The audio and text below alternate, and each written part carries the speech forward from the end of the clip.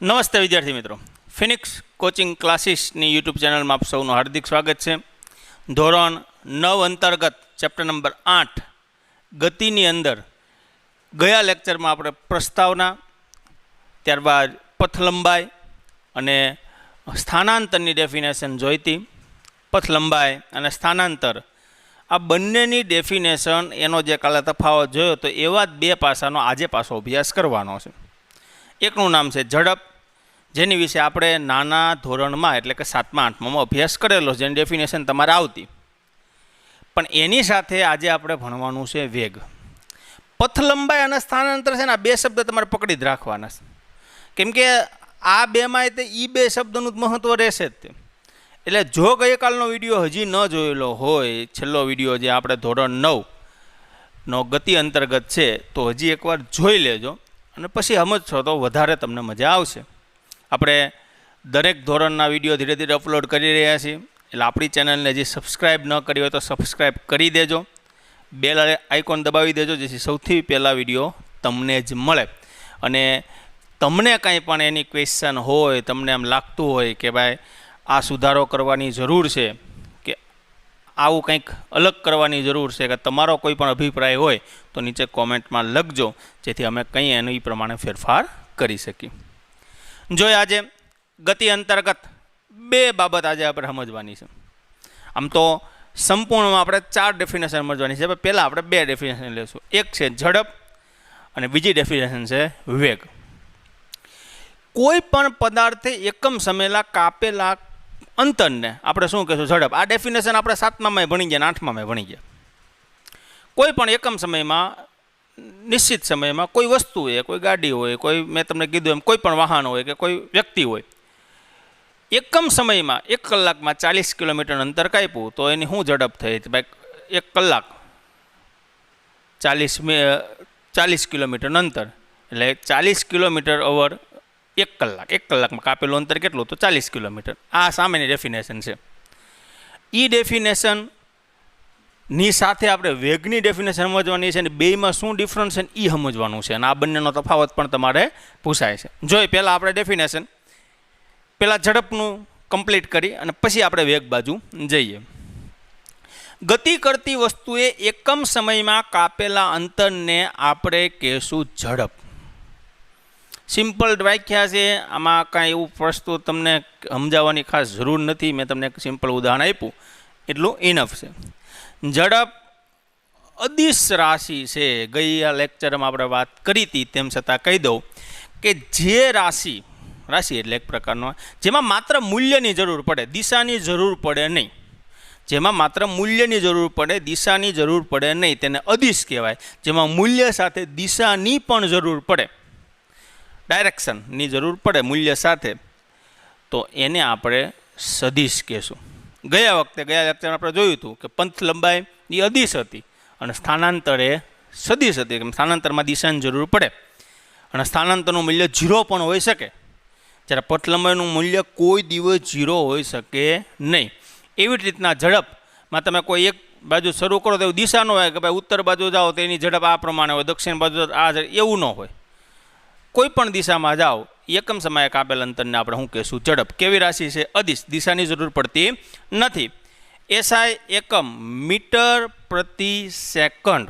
હું તમને એક નાનકડો વિડીયોમાં એક ક્વેશ્ચન મૂકતો રહીશ, એનો જવાબ તમારે કોમેન્ટમાં લખવાનો છે.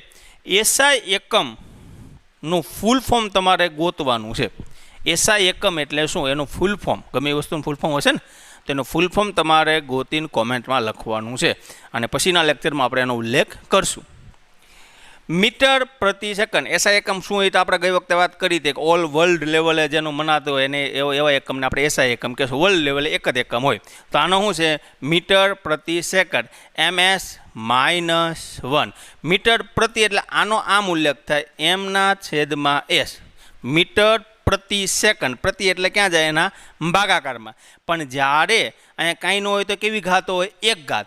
ઘાત અને ઘાતાંક ચેપ્ટર 8માં ભણ્યા હોય તો તમને એ નિયમ ખ્યાલ હોય કે જ્યારે છેદ અંશમાં જાય ત્યારે અંશમાં ગુણાકાર ત્યારે જે ઘાત પ્લસ હોય ને એ ઘાત કેવી થઈ જાય માઇનસ, એટલે અહીંયા લખેલું છે -1. ઘણીવાર આ રીતના પૂછાય ને તો બાળક કન્ફ્યુઝ થાય, એટલે ખાસ યાદ રાખજો. પછી આની રીતના આ મીટર પ્રતિ સેકન્ડ તો રેગ્યુલર એકમ છે, નાનો એકમ તો સેન્ટીમીટર પ્રતિ સેકન્ડ, તો આમાં શું લાગે સેન્ટીમીટર એટલે cm s-1. એવી રીતના કિલોમીટર હોય તો km s-1. એટલે આ બધું આવી રીતના યાદ રાખવાનું, કન્ફ્યુઝ નહીં થઈ જવાનું કે આવું તો આપણે ભણ્યા જ નથી. કોઈ પણ ક્વેશ્ચન જ્યારે તમને તમે વાંચેલું હોય ને તમને એમ લાગે કે આ ક્વેશ્ચન નથી આવડતો, એનો મતલબ એ ક્વેશ્ચન તમને ટ્વિસ્ટ કરેલો, પછી તમારે ટ્વિસ્ટ ગોતવાનું ક્યાં આમાં ફેરફાર કરેલો છે, એટલે એ જવાબ આવડે.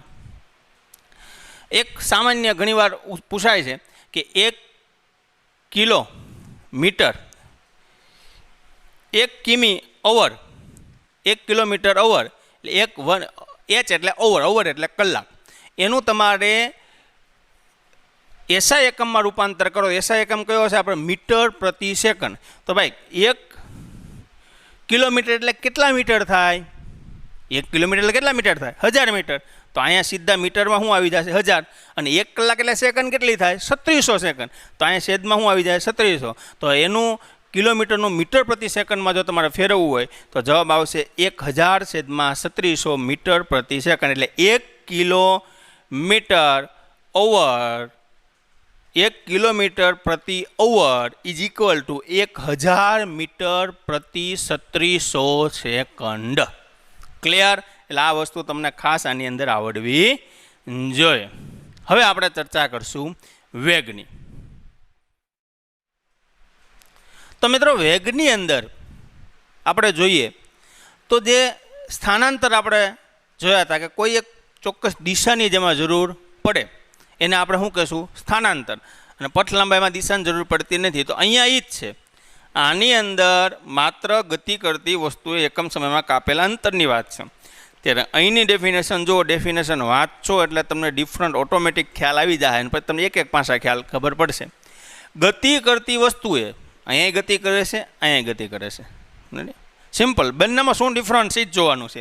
એકમ સમયમાં કરેલા અહીંયા કાપેલા અંતરને કુલ કાપેલું એક ભાઈ કમ્પ્લીટ કરીને ગતિ કરવાની વસ્તુ એકમ સમયમાં એક ચોક્કસ સમયમાં ગતિ કરતી વસ્તુ રવાના થઈ, પછી જ્યાં પહોંચે ત્યાં લગીને આટલી ઝડપ આવી, 3 કલાક ગાડી આવેલી આટલી કિલોમીટર.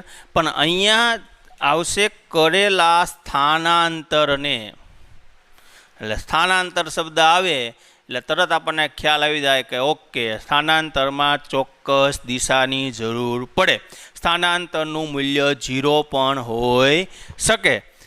સ્થાનાંતરનું આપણે ડિફરન્ટ ગઈ વખતે ઉદાહરણ એક આપ્યું હતું એટલે ખ્યાલ આવી જ ગયો હશે કે ઘણી જ્યાં આપણે ટૂંકમાં આપણું જે પ્રારંભિક બિંદુથી લઈને અંતિમ બિંદુ છે તે વચ્ચેનું લઘુત્તમ અંતરને આપણે શું કહીશું સ્થાનાંતર. સિમ્પલ એક નાનું ઉદાહરણ આપું, કદાચ કોઈ ડાયરેક્ટ આ વિડીયો જોતો હોય એટલે એને ખ્યાલ આવે કે આપણે સ્કૂલેથી કોઈ એક સામાન્ય છે કે સ્કૂલેથી લઈને આપણે સ્કૂલેથી નીકળ્યા, સ્કૂલેથી ગયા, ત્યાંથી આપણે સીધા ઘરે પહોંચ્યા, ઘરેથી પાછા આપણે ટ્યુશને ગયા, કોચિંગ ક્લાસીસે ગયા, કોચિંગ ક્લાસીસથી પાછા આપણે ઘરે આવ્યા. તો હવે હું એમ કહું કે તમે કાપેલ સ્થાનાંતર કેટલું, તો આ બેનું કિલોમીટર 5 છે, આ બેના કિલોમીટર વચ્ચે 4 છે, ટોટલ 9 કિલોમીટરનું તમે જો અંતર કાપેલું હોય તો તમારું સ્થાનાંતર ટોટલ પથ લંબાઈ કેટલી, તો 5 ને 4 9 ને રિટર્ન 4 એટલે થાય 13. પણ સ્થાનાંતર કેટલું થાય તો ખાલી 5 થાય. તમે ટૂંકમાં અત્યારે જ્યાં સોવો ને અને જ્યાંથી નીકળ્યા છે ને એ વચ્ચેનું અંતર ખાલી ગણાય, કુલ અંતર કોઈ દિવસ ગણાય નહીં. એટલે સ્થાનાંતરમાં ચોક્કસ દિશાની જરૂર પડે એટલે આપણને સીધી આમાં કંઈ સમજાવવાની જરૂર નથી. કેવી રાશિ? સદિશ રાશિ છે, દિશા અને મૂલ્યની બંનેની જરૂર પડે છે. એસઆઈ એકમ બંનેનો એસઆઈ એકમ સરખો છે, મીટર પ્રતિ સેકન્ડ એટલે ms/-1. સુરેખ, હવે આ એક ઘણીવાર એમસીક્યુ પૂછાય છે કે કયા એવા પથ પર ઝડપ અને વેગ બંનેના મૂલ્ય હંમેશા સમાન હોય? તો હું તમને એક સિમ્પલ ઉદાહરણ આપું. એક સીધો સુરેખ વેગ છે, સીધી રેખામાં ગતિ કરવાની છે. સિમ્પલ, અહીંથી એથી લઈને અહીં બી સુધી ગતિ કરવાની છે. આ પથ લંબાઈ ટોટલ છે 50 કિલોમીટર.